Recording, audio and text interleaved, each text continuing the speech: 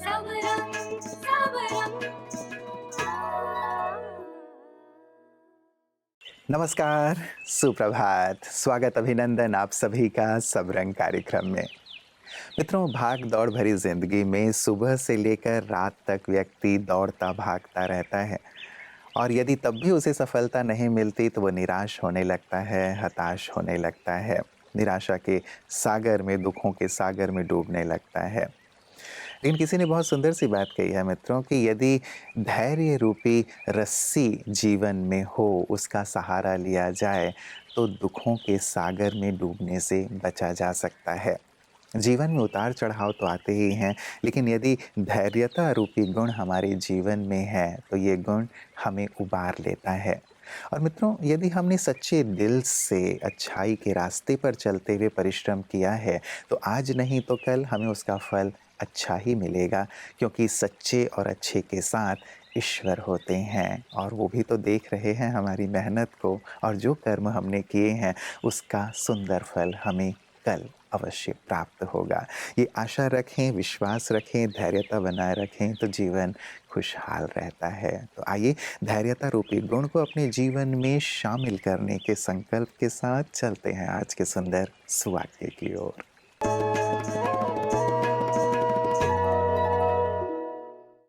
ओम शांति, नमस्कार।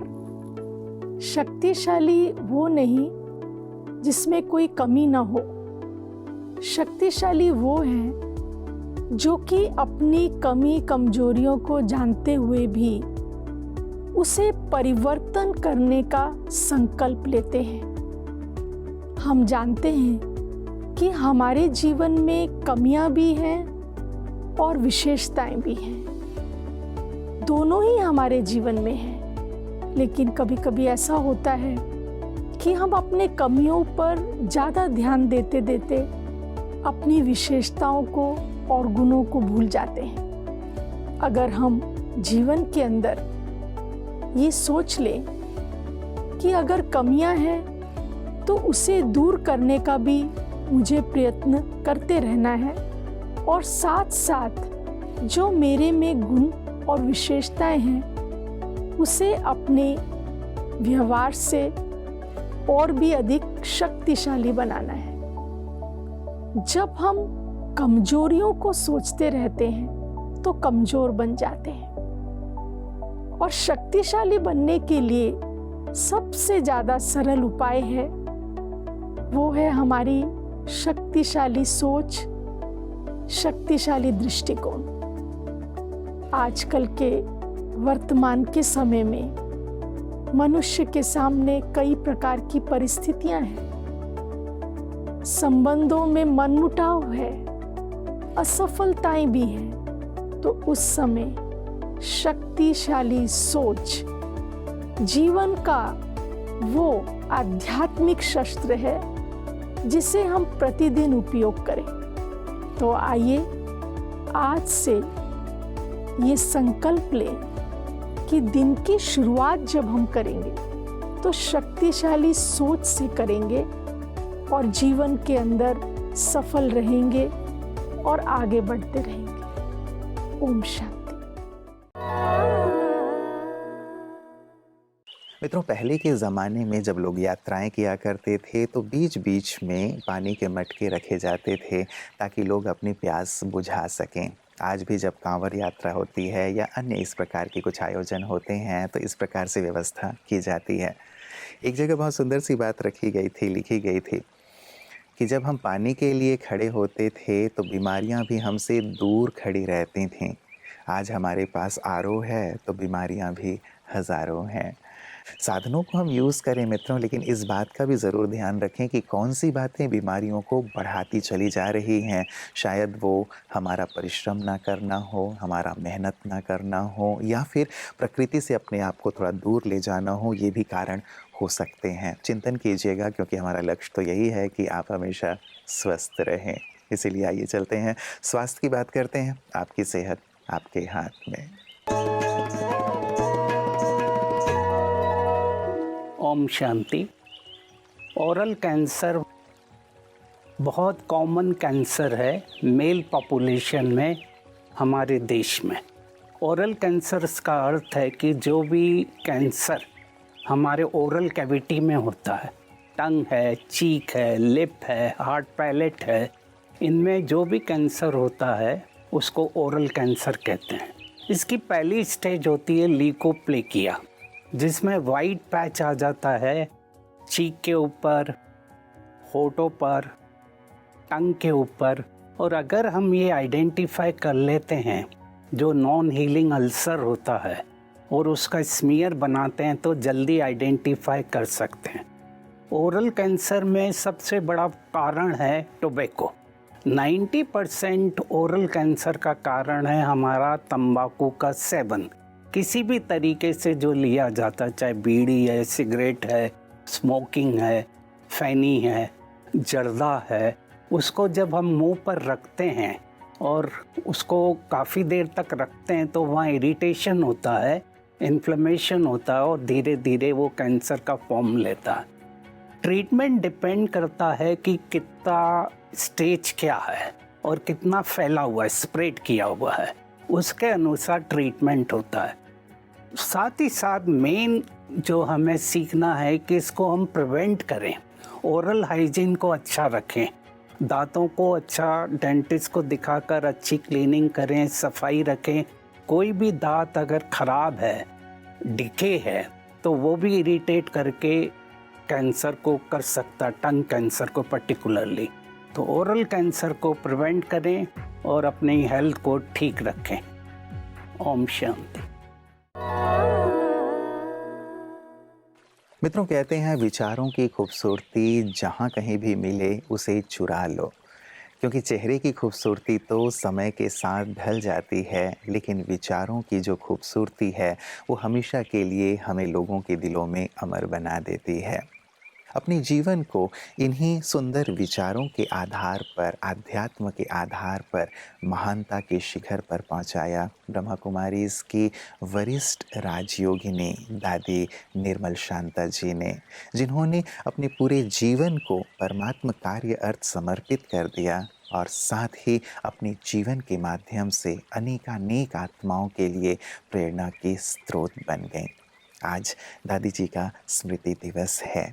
आइए महकती यादों में देखें दादी जी के जीवन को और उनके जीवन से सुंदर प्रेरणा लेकर हम भी उनके समान अपने जीवन को आलोकित करने का संकल्प लें। दादी निर्मल शांता जी का जन्म 24 अक्टूबर 1916 को कराची में हुआ था। बचपन से ही दादी को एक राजकुमारी की तरह पाला जाता था। दादी की शादी 15 साल की उम्र में हो गई थी।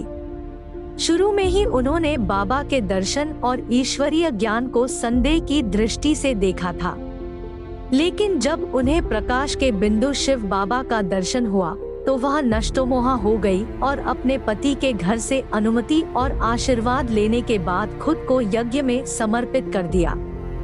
घर के विलासिता पूर्ण जीवन से जब दादी ने यज्ञ में जीवन दी तो जहां उससे दैनिक कार्य करने की आवश्यकता थी, जैसे कि परिसर की सफाई करना, टोपी और चप्पल बनाना, वाहनों की मरम्मत करना और चलाना, यह सब वह बहुत प्यार से किया करती थी।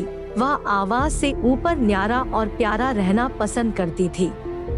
इसीलिए दादी ने हमेशा सभी पर माँ का प्यार बरसाया। उन्होंने यज्ञ के स्टेशनरी विभाग की संभाल किया करती थी। एक बार उन्होंने यज्ञ के 300 से अधिक यज्ञ निवासियों के लिए जूते और चप्पल बनाया। दादी समय और ऊर्जा की बचत की प्रतिमूर्ति थी। उन्होंने कभी भी दूसरों से सेवा नहीं ली।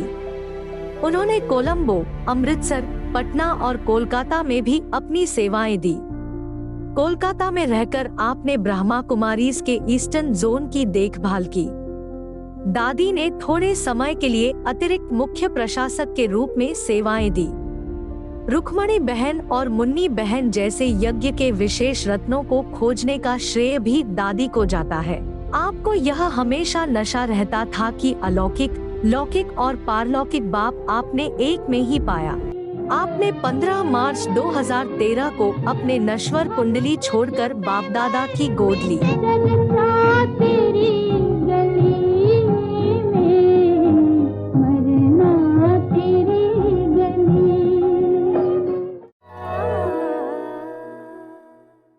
कबीरा बात गरीब की सच माने ना कोई, धनवान की झूठ में हाजी हाजी होए। मैं कबीरदास जी का ये दोहा पढ़ रहा था। तो मित्रों, वर्तमान के चारों ओर की जो सच्चाई है वो सामने आ रही थी। कई बार हम निराश हो जाते हैं कि ये क्या हो रहा है, झूठे का बिल्कुल बोलबाला है और जो सच है उसकी सुनवाई नहीं हो रही है। लेकिन यदि हम सच के साथ खड़े रहेंगे या सच का साथ देंगे तो निश्चित रूप से वो समय भी आएगा जब सच्चाई के लिए लोग खड़े होंगे और सच्चाई की ही जीत होगी।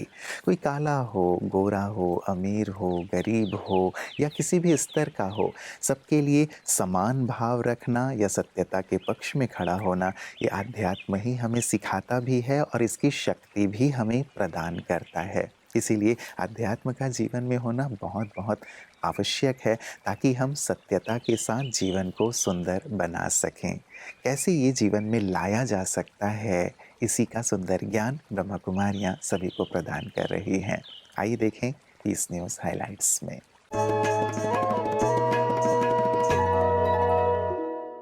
ये सर्वविदित है कि कला, गीत, संगीत और नृत्य सदा ही व्यक्ति और समाज को प्रभावित करने में बड़ी महत्वपूर्ण भूमिका निभाते हैं। यदि इस शक्तिशाली माध्यम का सही उपयोग किया जाए तो मानव की मनोवृत्तियों को श्रेष्ठ बनाकर एक उत्तम समाज की रचना की जा सकती है। ब्रह्मा कुमारीज रूस के डिवाइन लाइट ग्रुप अपनी कला के माध्यम से मानव जीवन के तनाव को कम करके आध्यात्मिक रूप से सशक्त बनाने की लक्ष्य को लेकर पिछले 20 वर्षों से भारत के अनेक स्थानों पर ज्ञान योग से सजे सांस्कृतिक कार्यक्रमों की प्रस्तुति करता आ रहा है। एक ऐसे ही कार्यक्रम पानीपत ज्ञान मानसरोवर रिट्रीट सेंटर के दादी चंद्रमणि यूनिवर्सल पीस ऑडिटोरियम में आयोजित किया गया। इस मौके पर पानीपत सकल इंचार्ज राजयोगिनी सरला बहन रशिया से अपने आर्टिस्ट ग्रुप के साथ पधारी, वरिष्ठ राजयोग शिक्षिका संतोष बहन एवं जीआरसी के निदेशक भ्राता BK Bharat Bhushan, global hospital mount Abu के डॉक्टर बीके बिन्नी, IHRAC की सदस्य डॉक्टर अंथोनी राजू तथा स्थानीय ब्रह्मा कुमारी सेवा केंद्रों की इंचार्ज बहनें भी उपस्थित रहीं। कार्यक्रम में रशियन कलाकारों ने भारतीय देशभक्ति से जुड़े गीतों पर अपनी प्रस्तुति दी। इसके अलावा भगवान शिव की महिमा के गीतों और कुछ रशियन सॉन्ग्स पर भी उन्होंने नृत्य किया। इस अवसर पर 14वां इंटरनेशनल महिला दिवस पर डॉक्टर बिन्नी बहन एवं डॉक्टर अंथोनी राजू द्वारा राजयोगिनी संतोष दीदी को सम्मानित भी किया गया। इसके अलावा राजयोगिनी सरला बहन जी एवं भ्राता भारत भूषण जी को उनकी सेवाओं के लिए सम्मानित किया गया।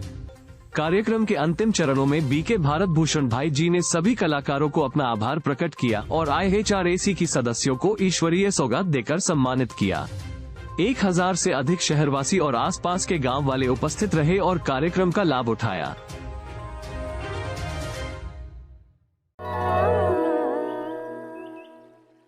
मित्रों, यदि कोई हमारे साथ बुरा कर रहा है तो ये उसके कर्मों के खाते में लिखा जाएगा।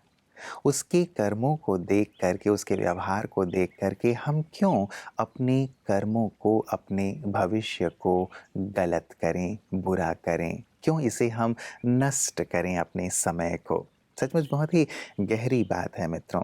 कई बार टिट फॉर टैट की नीति हम अपनाते हैं और कोई हमसे बुरा कर रहा है, हम भी बुरा करना प्रारंभ कर देते हैं। लेकिन कीचड़ को कभी भी कीचड़ से साफ नहीं किया जा सकता, इस बात का हमें ध्यान होना चाहिए। कीचड़ को तो पानी से ही साफ किया जा सकता है। इसीलिए कोई यदि बुरा भी कर रहा है तो भी हम अपनी अच्छाई को, अपनी सच्चाई को ना छोड़ें। हमारे अच्छे कर्म, हमारे अच्छे व्यवहार, हमारी अच्छी भावनाएं निश्चित रूप से सामने वाले को परिवर्तित करेंगी। और यदि नहीं भी करती हैं तो भी हमारी ये अच्छाई हमारे खाते में जमा होंगी, हमें आगे बढ़ाएंगी, हमारी उन्नति करेंगी, हमें मानसिक रूप से सुकून प्रदान करेंगी और जीवन में इस समय भी और आने वाले समय भी हमें सफलता प्रदान करेंगे। गहराई से इस बात पर विचार कीजिएगा मित्रों, क्योंकि यही जीवन का सुंदर सूत्र है, सार है, आनंद के लिए, प्रसन्नता के लिए और जीवन को सफल करने के लिए। अपना ख्याल रखिएगा। कल पुनः इसी वक्त आप सबसे मुलाकात होगी। नमस्कार। ओम शांति। जीवन